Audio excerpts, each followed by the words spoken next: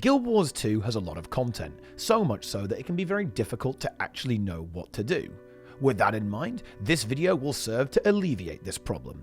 It's a brief overview of the main content the game has to offer, vaguely in the order you're likely to encounter it as part of your new player experience. You'll also see a rough estimation of which stage of the game each activity is present in, how intense they are, and what types of goals they'll help you accomplish. I'll also be talking about what each area of the game has to offer in terms of general rewards and explaining why you might want to get into certain content for progression purposes or simply something that you might enjoy. Let's get into it and start off with what Guild Wars 2 is perhaps most well known for: open world. Open world is the core of Guild Wars 2 and constitutes the normal questing experience that you'll likely find comparable to other MMOs. It's a bit more open-ended with a lot of content based around exploration, particularly in the lower levels. Higher level content typically has more structure to it, centralized around big meta events on timers, culminating in massive boss fights. In general, the Heart of Thorns maps are very boss focused, whereas Path of Fire is more in the direction of exploration. However, both expansions have a mixture. The free-to-play game is about halfway in between, with almost every map having some kind of mega boss, and a lot of general quests, story elements, and exploration. A lot of the free-to-play content is a bit more relaxed and aimed at newer players, so if you don't find it engaging, then just go straight to the expansion content. The core game also features a lot of platforming challenges in the form of jumping puzzles and map completion, and also a few mini-dungeons too, so there's more to open world than meets the eye. Expansion maps have a few of these things too, including quite a few fiendish ones, but not quite as much. The open world is a great place to start off your Guild Wars 2 journey and get a grip on how the basics of the game work, and later on unlock your elite specializations, which are subclasses. Hopping on board world boss trains and farming specific maps is also the entry-level access point for gold farming in the game, with some of the best gold per hour being efficient open world gameplay. Next up is the story. Guild Wars 2 is a heavily story-driven experience, with a lot of the development time of the game going into creating a rich narrative game environment. Soaking up the atmosphere of the game is definitely worth doing, and just like open world, doubles as an introduction to simple, instanced content, where you'll have to fend for yourself instead of running around in a huge swarm. Playing through the story of the core game and expansions will guide you through the world and provide some direction as you progress through more intense open world environments, which can be helpful to get your bearings, as many new players to Guild Wars 2 can be confused as to what exactly to do next, and the story will point you in the right direction. The story of Guild Wars 2 is divided into two sections: Campaign and Living World. Campaigns are the main content of an expansion, and Living Story is a continuation of that story in an episodic format. If you weren't around when these episodes were released, you'll have to grab them in the gem store for a low price. Bear in mind, you can use gold here, not just real money. These Living World episodes typically unlock extra content and rewards to go after, such as unique skins, gear, and open world maps themselves to farm. Moving on, we arrive at achievements and collections. For the completionists out there, Guild Wars 2 has enough for you to waste a ridiculous amount of time on. Every area of the game is covered in achievements for doing just about everything, from exploring maps to killing 250,000 players in World vs. World. These achievements increase your glorious achievement point count, which will eventually unlock prestigious titles, account bonuses, and even gems. Many achievements on their own also have titles, unique skins, utility items, and so on attached to them, so it's not just about increasing numbers. Bundled into the achievement system is the collection system. Collections are a type of achievement that are pretty much long-form quests that usually have special rewards at the end, like rare cosmetics, legendary items, legendary components, or unlocking various in-game features like crafting recipes, secret gardens, or even some of the most useful mounts. Collections exist in every game mode and are also a great source of purpose. Guild Wars 2 progression is very much horizontal, not vertical, so a lot of endgame progression is tied into chasing down shiny items or items that make your gameplay more convenient or efficient. Legendary gear is a great example of this. Each game mode has a bunch of legendary items to go after, and the power of legendary gear is from being able to change the stats to anything you want, anytime, making it trivial to play whatever you want, whenever you want. We have now arrived at one of the biggest memes in Guild Wars 2, dungeons. As you level up through the game, you'll get mail from NPCs about dungeons. Now, dungeons are a bit of an interesting thing in Guild Wars 2, as they pretty much got abandoned on launch, replaced now by Fractals, which we'll get into next. However, Dungeons actually form a big part of the core free-to-play game's story, and I'd highly recommend playing through them while playing through the core game, as they are a pretty interesting type of content, and feature huge non-linear environments to explore. The content itself is a little dated by modern Guild Wars 2 standards, but they'll be a decent challenge as a new player, while also showing you some context on what's happening in the main storyline. And of course, some introductory group play. Dungeons also feature an explorable mode after beating the story mode, which was the original form of endgame PvE. More challenging and focused on lore and side stories, explorable dungeons are actually a great gold farm if you can do them efficiently. They also give a bunch of early late game gear, so if you're looking for a few items to get into the full-on endgame, they can be a solid option to get started. Dungeons in Guild Wars 2 are a bit different to other MMOs. They are heavily focused around movement rather than bosses, and doing dungeons efficiently revolves around traversing the large maps quickly using your party's full kit of stealth, teleportations, jumping, and other such skills. Where one game mode falls, another rises, and that is of course the replacement for dungeons, Fractals. Fractals are the bread and butter of 5-man max level instance content in Guild Wars 2. If you've played World of Warcraft, you've seen this before. Blizzard borrowed Fractals and renamed it Mythic Plus, but we've been at it here since 2012. Fractals are short and have a mixture of movement, trash mobs, mini-games, and bosses. Very much bite-sized content and are typically done daily. Each day, there are 3 daily fractals to complete for great rewards, including a lot of gold, crafting materials, and a chance at best-in-slot gear. If you are never lucky and don't get any drops, don't worry, playing fractals rewards you with currencies that can be built up over time to grab gear instead. Fractals have a scaling difficulty system, starting from level 1, going all the way up to level 100, getting harder as the levels progress. But of course, so do the rewards.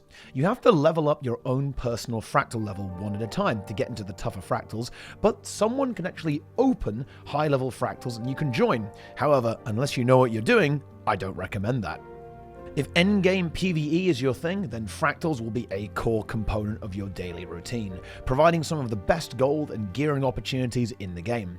Certain Fractals can even be farmed 24/7 for big money if you can handle the grind. A few Fractals also have a hard mode, which is again farmable daily for even more rewards. However, it is worth noting that you'll probably want the expansions to play these, as most of the builds used to clear this content requires access to elite specializations, only available in the expansions. Something that a lot of MMOs neglect is PvP. MMOs are not typically known for their PvP gameplay. Guild Wars 2 is a little different though, thanks to its more action-focused combat system. Player versus player takes the form of Conquest, a game mode involving capturing and holding 3 nodes and contesting various secondary objectives. This provides an excellent balance of map awareness, strategy, and of course, combat. The game ends up being easy to learn, but very hard to master because of this. And to play effectively, you'll need to be on point in your mastery of the combat system and of your giant wrinkly brain. The depth of the game mode prevents it from getting too stale as long as ArenaNet remembered to actually make some balance patches. The 3 main types of player versus player are unranked, ranked, and automated tournaments. Ranked is limited to solo and duo queue for fairness, unranked is a free-for-all clown fiesta, and automated tournaments are scheduled events every 3 hours, requiring you to sign up with a full team of 5. As you might expect, unranked is the entry point, followed by ranked, culminating in tournament play. You need to get to PvP rank 20 before playing ranked, but tournaments are actually always open, so get stuck in if you want to. Player versus player is actually extremely rewarding in Guild Wars 2. You can get best-in-slot gear, huge amounts of gold from ranked or tournaments, and even unique cosmetics exclusive to winning massive monthly tournaments. You have some control of what rewards you get from PvP too, and you can select reward tracks from pretty much everywhere in the world, allowing you to farm the open world or even dungeons without ever setting foot in them, albeit slower than actually playing the content. You also don't need to be max level or have any gear to start PvPing, as stats are standardized for an even playing field and a very low barrier to entry. You can get stuck in as early as level 3. While in PvP, you'll have instant access to all skills and abilities without unlocking them in PvE. So you just set up your build and away you go. As a side effect of this, player versus player is a great way to try out different professions without actually leveling them too. Not satisfied with just open world PvE, ArenaNet added open world PvP to Guild Wars 2. World vs. World. It involves open world maps that have objectives like towers and keeps that are to be captured and held for the glory of your server. World vs. World is the only area of the game where your server matters, as you'll battle players from 2 other servers that you're matched against. Anything from huge battles with over 100 players to small skirmishes or 1v1 duels can happen here, and it's the complete Wild West, so watch out for gankers. World vs. World can be pretty brutal, so be ready for a fight at all times. In terms of rewards, you'll be noticing a theme by now. You can get yourself crafting materials, best in slot gear, and various cosmetics from World vs. World. Where World vs. World does fall down a bit is liquid gold. You don't get much of that, but the rewards are very passive, just dripping in every 5 minutes, meaning you just do your thing and get rewarded over time, as opposed to having to actually chase anything down specifically. World vs. World rewards are also a bit sneaky, allowing you to save money or time in other game modes, like unlocking elite specializations without playing open world, grabbing some transmutation charges to change your gear's appearance, or even extreme endgame optimization in the form of stat infusions, little upgrade items that give you a small boost to stats across all of your gear. Just like PvP, you can also select a reward track that contains items from all over the game, so if playing open world without being able to kill players who look at you funny isn't to your taste, World vs. World is a great way to avoid that. You use your normal gear in World vs. World, so I wouldn't recommend playing the game mode until you have decent gear and are at max level. Additionally, the meta is heavily skewed in favor of elite specializations, so for most World vs. World gameplay, you'll want to have the expansions. There are a few core builds that can be effective, but the real good stuff is in Path of Fire and Heart of Thorns. Those are all of the main game modes for the free-to-play core game, but there are a few activities that are limited to the expansions, so let's take a look at those. Bear in mind that everything mentioned for the core game is also relevant if you do have the expansions. Content in Guild Wars 2 never becomes obsolete because of the absence of vertical progression. The most recent addition to the game, and indeed the most entry-level, are the Dragon Response missions. They are a form of replayable story that scales to the number of players you have, and also has difficulty settings, so they can range from solo, casual story content all the way up to some entry-level group content. They are part of the living world, so you'll need access to the Icebrood Saga to play them. The missions themselves are a blend of story and open world, with the start of the missions being reminiscent of open world events and then finishing off with a boss of sorts. On normal mode, these bosses are fairly easy, but on challenger mode they can actually be quite tricky, requiring a decent bit of execution to get done smoothly. They're an excellent introduction to endgame PvE mechanics. Dragon Response missions are a great place to pick up skills useful in the endgame, such as learning the different roles of damage dealer, support, crowd control, basic group composition, and how to handle large groups of enemies without dying yourself. While you're at it, you'll be farming up Tyrian defense seals, which can be converted into cosmetic items or valuable materials. Yet another game mode introduced in the episodic living world are strike missions. Strike missions are your entrance to full-sized instance content, requiring 10 players and consisting of pure boss fight action. They are about the same intensity as Fractals, but are extremely quickfire, taking around 3 to 5 minutes to complete. Just like Dragon Response missions, they are a part of the Icebrood Saga storyline in Guild Wars 2, and give you a flavour of what the infamous raids of Guild Wars might be like. The rewards are a bit weird, but because of how quick they are to complete, they are rather good, granting a bunch of materials and a few currencies that allow you to work towards best in slot gear. Beating the bosses faster also rewards you, so they're a good measure of how good your DPS is. Finally, strikes have daily rewards and a weekly reward chest, which gives bonus rewards when opened for each unique strike completed that week. Strikes are a great way to start your 10-man instanced career and find out what types of compositions and skill sets, like standing on top of each other, will be required for the hardest content. Speaking of the hardest content, last of all are raids. Just like in other MMOs, raids are the ultimate PvE endgame, requiring 10 players and solid coordination along with an understanding of the boss mechanics to complete. Although they are the hardest PvE content in the game, they are surprisingly accessible. You can just rock up to raids whenever you want, no special requirements other than being level 80. This is a brilliant way to get splattered as a new player, but if you're familiar with raid content from other games and you have a good team around you, it's definitely an option. Raids are on a weekly lockout, meaning you can loot each boss once a week. They can drop a wide range of unique skins, gear, minis, gold, semi-valuable items to sell, and even a few special fun gizmos, like a throne to sit on or a portal usable by anyone, not just Mesmers. Raids also happen to be the source for the original and most elaborate legendary armor sets, which are fully animated and quite fancy. While not the best gold per hour, the amount of best-in-slot gear you might grab for a full clear of raids is pretty much unparalleled. If you need gear to finish up your main, try a new build, or get a second character up and running, then raids are the place to be. Most raid bosses are a pretty significant step up from anything except challenge mode Fractals, and will test veteran players. Going in without a game plan is an easy way to get Hardstuck. If that's not enough for you, many bosses have a challenge mode as well, cranking up the boss to another level, and often adding new mechanics and increasing the difficulty of existing ones.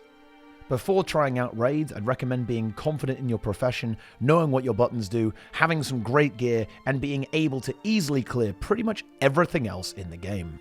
That's not all for raids though. Raids take place in incredible environments, with lots of tasty lore nuggets tangential to the main storyline of Guild Wars 2, and are some of the best produced content in the game.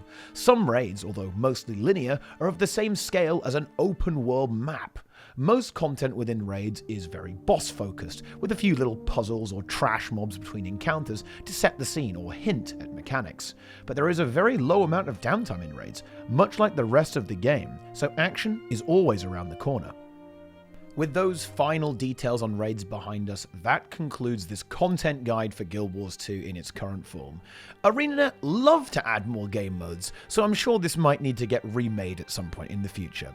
This list wasn't even totally exhaustive, as there are a bunch of niche activities such as mount races and of course player-created game modes like Guild vs Guild Deathmatch, so bear that in mind as well. Guild Wars 2 really has an insane amount of activities to offer, and you're almost certain to find something that you like. And the inherent accessibility and quality of life of the game makes it very easy to try out anything whenever you choose to.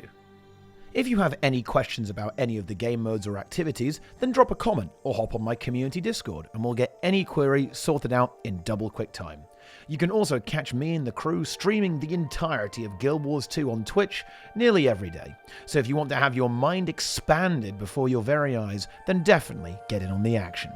Thanks for watching, subscribe for more, and I'll see you next time.